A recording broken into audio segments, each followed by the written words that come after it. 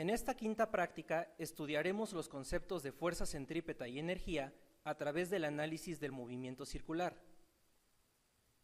Para llevar a cabo nuestra actividad, tomaremos como referencia el movimiento de un péndulo, el cual es un sistema mecánico que presenta un movimiento periódico caracterizado por oscilaciones que se van repitiendo mientras el sistema tiene energía.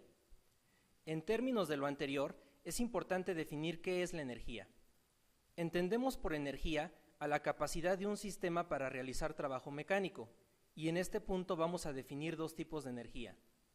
Por un lado tenemos a la energía potencial, la cual es energía almacenada en un sistema en función de su posición, y está determinada por la ecuación U es igual a masa por gravedad por altura. Es precisamente esta altura la que va a determinar la cantidad de energía potencial almacenada en el sistema. Por otro lado tenemos a la energía cinética, la cual es energía que posee un sistema debido a su movimiento y está determinada por la ecuación K igual a 1/2 de la masa por la velocidad tangencial al cuadrado. Para ser congruentes con el análisis del movimiento circular, en nuestro estudio vamos a sustituir a la velocidad tangencial por el producto de omega r, siendo r el radio de la circunferencia descrita por el péndulo y que en este caso es igual a su longitud. Por su parte, omega representa la velocidad angular que adquiere el sistema durante su movimiento y que es igual a la razón de cambio de la posición angular con respecto al tiempo. Por lo tanto, si sustituimos esta igualdad en la ecuación de energía cinética, obtenemos lo siguiente.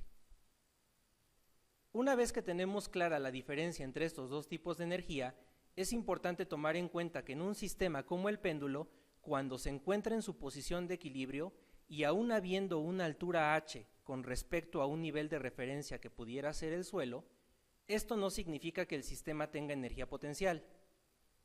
Lo anterior se debe a que el péndulo, al estar anclado a un eje de rotación fijo y cuando se encuentra en su posición de equilibrio, no va a realizar ningún trabajo, pues no es capaz de moverse por sí solo desde esta posición.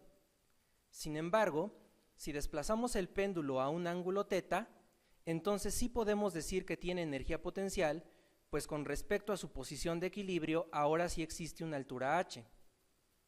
Por lo tanto, la energía potencial va a estar determinada por el producto de la masa, la gravedad y dicha altura.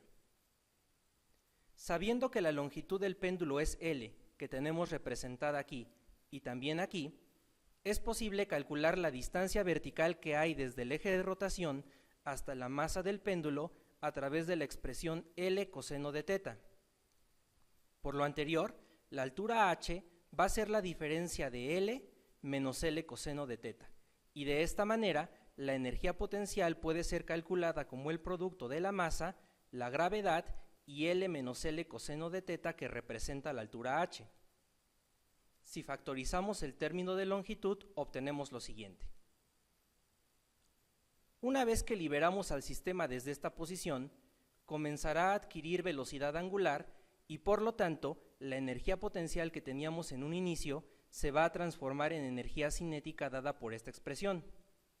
Sin embargo, es importante tomar en cuenta que una vez que el péndulo regresa a su posición de equilibrio, debido a la velocidad angular que tiene y a la energía cinética, se va a pasar de dicha posición y va a adquirir nuevamente altura de tal manera que la energía cinética que teníamos abajo se va a transformar de regreso en energía potencial.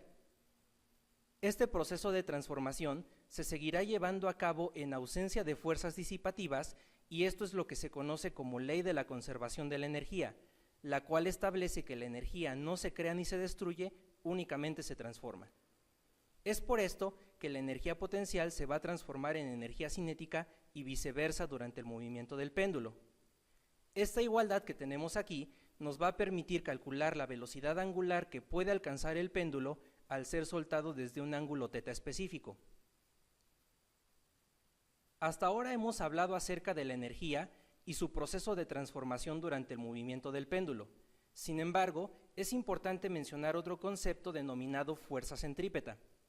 La fuerza centrípeta es una fuerza presente en el movimiento circular de los cuerpos y está dirigida hacia el centro de la circunferencia que estos describen.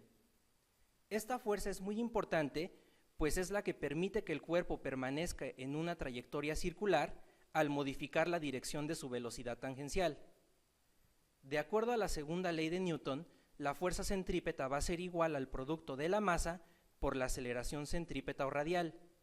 Esta aceleración también va dirigida hacia el centro de la circunferencia y está determinada por el cociente de la velocidad tangencial al cuadrado dividida entre el radio. Recordando que la velocidad tangencial es igual al producto de omega L, podemos simplificar la ecuación de la siguiente manera. Finalmente, la fuerza centrípeta puede calcularse como el producto de la masa por la velocidad angular que tenemos calculada aquí elevada al cuadrado por la longitud. Este par de ecuaciones nos van a ser de utilidad para el cálculo de los valores teóricos en nuestros experimentos. Una vez que hemos analizado la base teórica de nuestra actividad, es importante que sepamos qué es lo que vamos a hacer en ella. En un primer experimento analizaremos el comportamiento de la fuerza centrípeta y la velocidad angular. Para esto, desplazaremos el péndulo inicialmente a un ángulo de 70 grados con respecto a su posición de equilibrio y al soltarlo registraremos en el software las gráficas de velocidad angular y fuerza centrípeta. Una vez obtenidas estas gráficas, aplicaremos la herramienta de estadísticas a las primeras oscilaciones de cada gráfica y de esta manera calcularemos la mayor velocidad angular y fuerza centrípeta que el sistema puede alcanzar. Estos resultados experimentales van a ser comparados con los resultados teóricos obtenidos en estas ecuaciones a través del porcentaje de error. Finalmente, vamos a repetir este ensayo, pero utilizando ahora un ángulo de 90 grados. En un segundo experimento analizaremos las dependencias con la longitud. Para ello, desplazaremos la masa del péndulo hasta la mitad de la longitud inicial y posteriormente repetiremos los ensayos del experimento 1 para llevar a cabo un análisis del efecto que tiene la longitud del péndulo sobre el comportamiento de la velocidad angular y la fuerza centrípeta.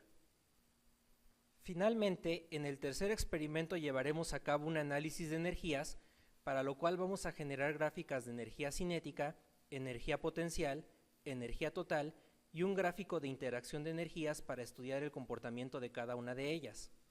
Esto lo realizaremos únicamente con los resultados de la prueba de 70 grados del experimento número 1. Hasta ahora contamos con información general acerca de lo que vamos a hacer en la actividad. Los detalles específicos los pueden consultar en el documento de la práctica.